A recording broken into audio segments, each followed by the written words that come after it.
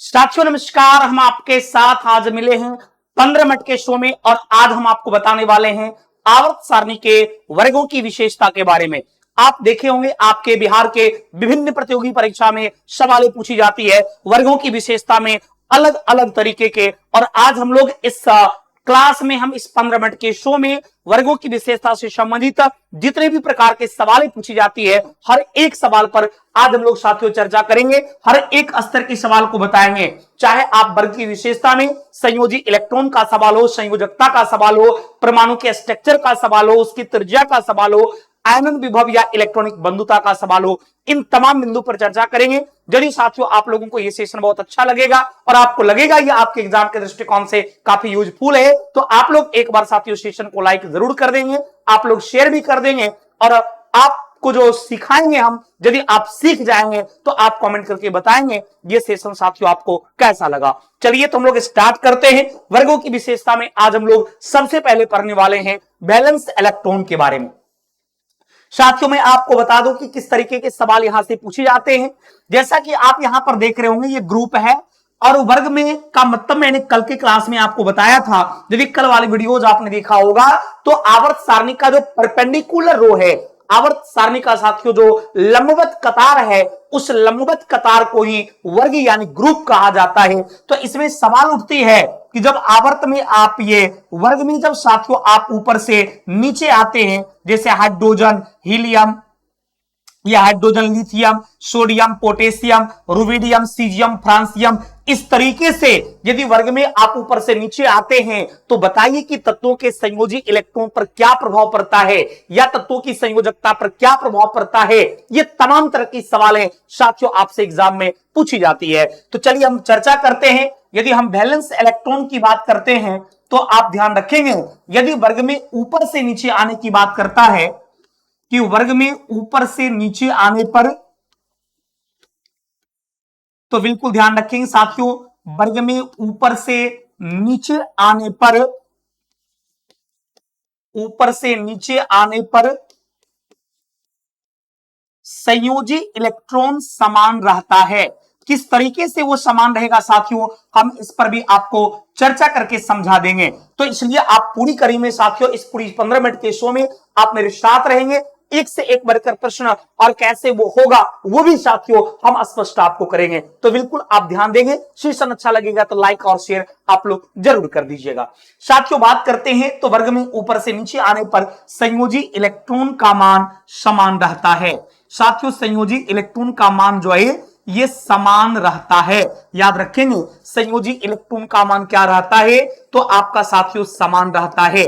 आप किसी भी वर्ग की बात करते हैं, चाहे वर्ग 1 की बात करते हैं, वर्ग 2 की बात करते हैं, वर्ग 3, 13, 14, 15, 16, 17, 18, आप किसी भी ग्रुप की बात करेंगे, किसी भी वर्ग में ऊपर से जब नीचे आते हैं तो ऊपर से साथियों नीचे आने पर संयोजी इलेक्ट्रॉन का मान साथियों जो है वो बिल्कुल समान रहता है। जैसे हम हाइड्रोजन की बात करते हैं साथियों, हाइड्रोजन की परमाणु संख्या 1 तो इसके पास मात्र एक इलेक्ट्रॉन है तो इसकी संयोजी इलेक्ट्रॉन क्या होगा 1 होगा।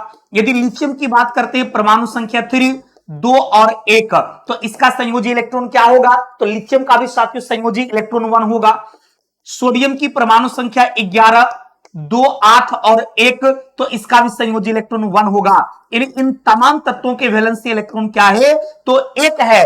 आप यहां पर देख रहे हैं साथियों यदि हाइड्रोजन की बात किया जाए तो इसका भी संयोजी इलेक्ट्रॉन 1, लिथियम की बात करेंगे तो इसका भी 1, सोडियम का बात करेंगे इसका भी 1, पोटेशियम का बात करेंगे इसका भी 1। तो इस तरीके से बिल्कुल ये स्पष्ट हो चुका है, इस तरीके से साथियों बिल्कुल ये क्लियर हो चुका है कि किसी भी वर्ग में जब ऊपर से नीचे जाएंगे तो हर एक तत्व का संयोजी इलेक्ट्रॉन समान होगा। और इसमें ध्यान रखना है कि एक वर्ग में सभी तत्वों का संयोजी इलेक्ट्रॉन 1 होगा तो वर्ग 2 के सभी तत्वों का संयोजी इलेक्ट्रॉन जो है 2 होगा।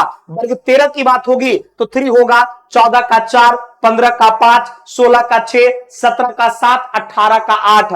अपवाद हीलियम जिसकी संयोजी इलेक्ट्रॉन 2 है।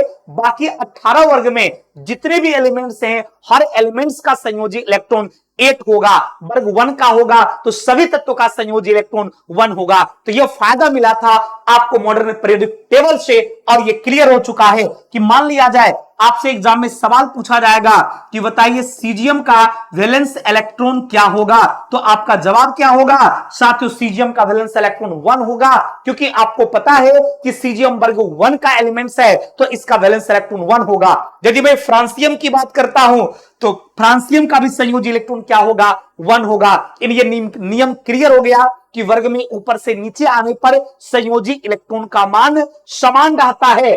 और एक बात ध्यान रखेंगे साथियों, यदि संयोजकता की आपसे बात करता है, यदि वैलेंसी की बात करता है, तो याद रखेंगे वर्ग में ऊपर से नीचे आने पर, इसमें भी ध्यान रखना है साथियों कि यदि आप वर्ग में ऊपर से जो है नीचे की ओर आते हैं तो याद रखना ऊपर से नीचे की ओर जाने पर, चाहे हाइड्रोजन की बात हो, लिथियम की बात हो, सोडियम का, पोटेशियम का, किसी भी आप वर्ग की बात करते हैं, किसी भी एलिमेंट्स की बात करते हैं, तो उस वर्ग में यदि आप ऊपर से नीचे आते हैं तो ध्यान रखना साथियों कि संयोजकता जो है इसका भी मान समान रहता है।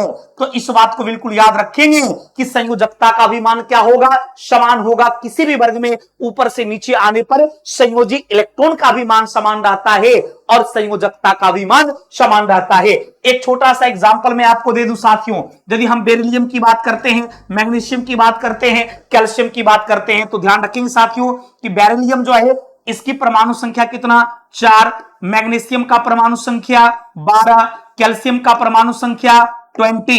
अब यहां पर देखिएगा इसका इलेक्ट्रॉन विन्यास करेंगे 2 और 2, यानी इसका वैलेंसी क्या होगा 2, चूंकि 2 इलेक्ट्रॉन को त्याग कर यह अपने ऑक्टेट को पूरा करेगा। 2, 8 और 2, तो इसका भी संयोजकता क्या होगा, 2 होगा। 2, 8, 8 और 2, इसका भी संयोजकता क्या होगा, 2 होगा। यानी आपने क्या देखा कि वर्ग में जब ऊपर से नीचे आएंगे तो सभी तत्वों का संयोजकता क्या है, 2 2 ही है, यानी तत्वों की संयोजकता एक समान होता है।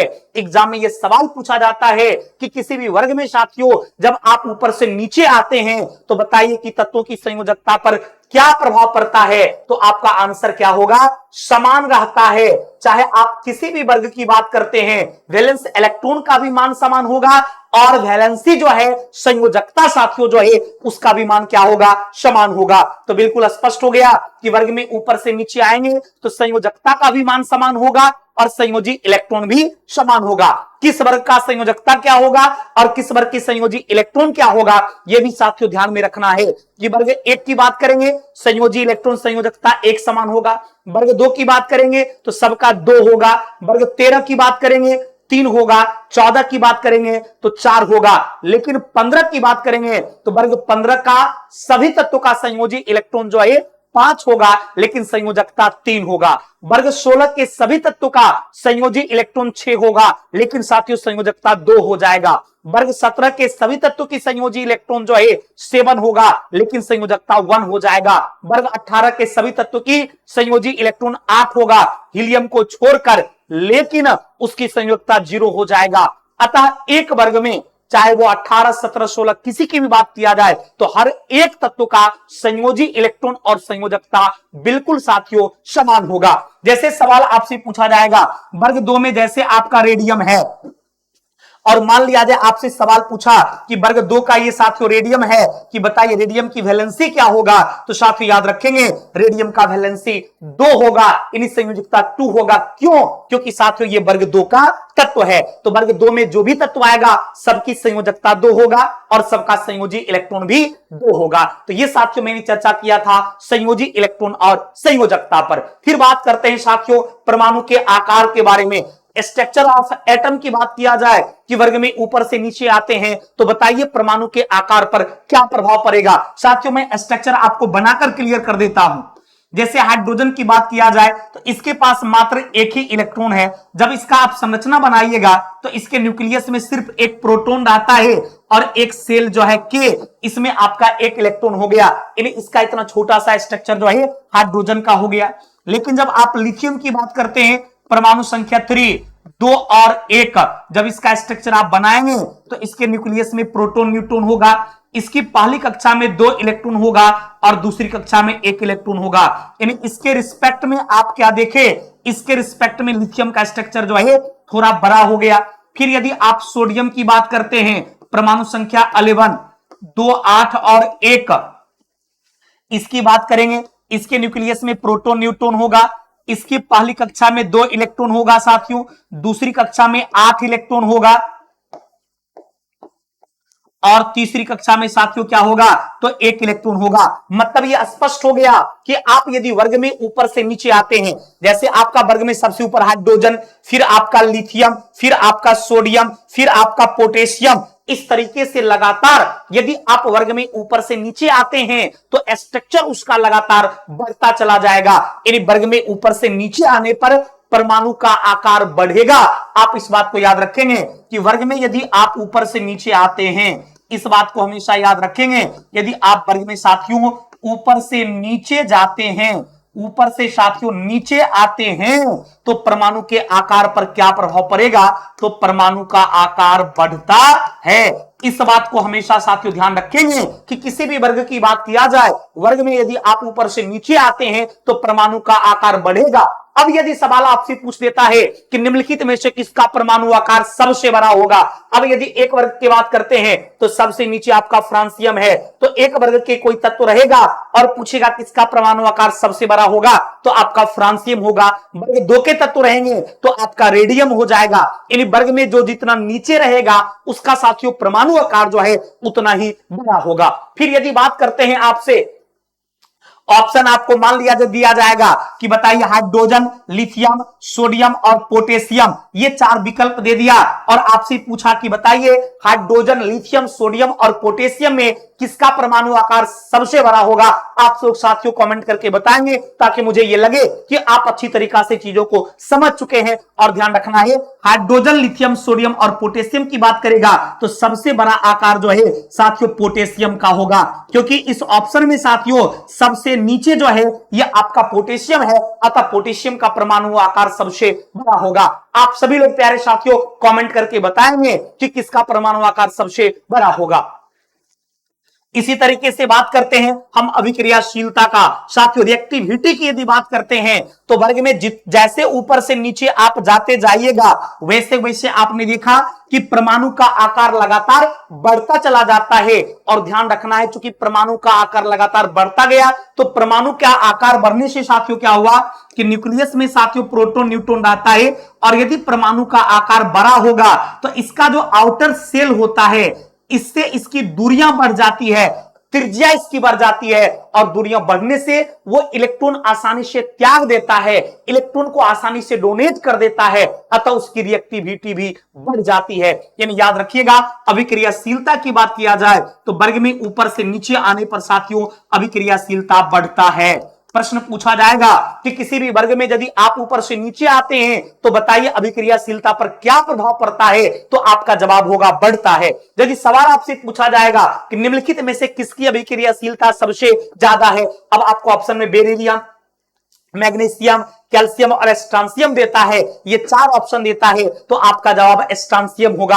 आप कमेंट करके बताएंगे। सवाल आपसे पूछा अभिक्रियाशीलता के संदर्भ में, ऑप्शन देता है हाइड्रोजन, लिथियम, सोडियम, पोटेशियम, और आपसे पूछा कि इन चारों में से बताइए किसका अभिक्रियाशीलता सबसे ज्यादा होगा, तो मैंने नियम क्या बताया कि वर्ग में ऊपर से नीचे जाने पर अभिक्रियाशीलता का मान बढ़ता है, अतः सबसे ज्यादा अभिक्रियाशील कौन होगा, पोटेशियम जो है ऑप्शन के हिसाब से सबसे अधिक अभिक्रियाशील होगा, सबसे अधिक साथियों जो है ये आपका अभिक्रियाशील होगा। इस बात को याद रखेंगे, सबसे ज्यादा अभिक्रियाशील की बात करेगा तो जवाब पोटेशियम होगा। साथियों हम आपके कमेंट का इंतजार करेंगे, मैं आपका कमेंट देखूंगा। जितने भी हमारे प्यारे साथी इस क्लास को देख रहे हैं आप सभी लोग कमेंट करके बताएंगे कि हाइड्रोजन, लिथियम, सोडियम और पोटेशियम में सबसे ज्यादा किसकी अभिक्रियाशीलता होगा और सबसे ज्यादा किसका परमाणु आकार होगा, किसका सबसे ज्यादा त्रिज्या होगा, तो आपका एक जवाब मिलेगा यहां पर आपका पोटेशियम। और कई बार यह प्रश्न साथियों आपसे एग्जाम में पूछा गया है। अगला प्रश्न करते हैं धात्विक प्रॉपर्टी के बारे में। याद रखेंगे साथियों, वर्ग में जब आप ऊपर से नीचे आते हैं, किसी भी वर्ग की बात करेंगे तो वर्ग में ऊपर से नीचे आने पर धात्विक गुण भी साथियों जो है ये बढ़ता है। इस बात को याद रखेंगे। यदि सवाल करता है कि वर्ग में आप ऊपर से नीचे आते हैं, आप कमेंट करके साथियों बताएंगे, आप सभी लोग साथियों कमेंट करके बताएंगे। यदि सवाल आपसे पूछा जाए कि बताइए वर्ग में ऊपर से नीचे आते हैं तो धात्विक गुण पर क्या प्रभाव पड़ता है, तो एकमात्र जवाब मिलेगा धात्विक गुण साथियों जो है बढ़ता है, यानी आपका मेटेलिक प्रॉपर्टी जो है ये इंक्रीज करता है, इस पर पॉजिटिव इफेक्ट पड़ता है। अब किसका धात्विक गुण ज्यादा होगा, तो जो वर्ग में जितना नीचे होगा उसका धात्विक गुण उतना ही बड़ा होगा। फिर सवाल आपसे पूछा जाता है कि बताइए आयनन विभव पर और इलेक्ट्रॉनिक बंधुता पर क्या प्रभाव पड़ता है। साथियों याद रखिएगा, आयनन विभव का मतलब होता है किसी परमाणु से इलेक्ट्रॉन को निकालने में जो ऊर्जा लगती है, और इलेक्ट्रॉनिक बंधुता का मतलब होता है इलेक्ट्रॉन प्रवेश कराने में जो ऊर्जा लगती है। अतः ध्यान रखना है, इलेक्ट्रॉन को निकालना और इलेक्ट्रॉन प्रवेश कराना वर्ग में ऊपर से नीचे आने पर जो है ये दोनों प्रक्रियाएं काफी टफ है। अतः याद रखेंगे इस दोनों का मान क्या होगा, घटता है, यानी आयनन विभव भी साथियों घटता है और इलेक्ट्रॉनिक बंधुता का भी मान घटता है यदि आप ऊपर से नीचे आते हैं तो। यानी सबसे आयनन विभव कम किसका होगा, तो आपका फ्रांसियम का आयनन विभव सबसे कम होगा, फ्रांसियम का इलेक्ट्रॉनिक बंधुता सबसे कम होगा यदि एक वर्ग की बात करेंगे तो। यदि वर्ग 2 की बात करेंगे तो आपका रेडियम जो है इसकी अभिक्रियाशीलता सबसे ज्यादा होगा, लेकिन इसका आयनन विभव सबसे कम होगा और इलेक्ट्रॉनिक बंधुता भी साथियों सबसे कम होगा। तो आज की इस कक्षा में हम चर्चा कर रहे थे वर्गों की विशेषता के बारे में, जो तमाम तरह के सवाल पर हम लोग चर्चा किए। अगले क्लास में फिर आपसे मुलाकात होगी। कल के 15 मिनट शो में हम आपको पीरियड्स की क्या विशेषता है, क्योंकि वो भी बहुत ज्यादा महत्वपूर्ण है, तो कल हम आवर्त की विशेषता पर चर्चा करेंगे। Thank you very much. आप कमेंट करके जरूर बताएंगे आपको ये सेशन कैसा लगा। धन्यवाद।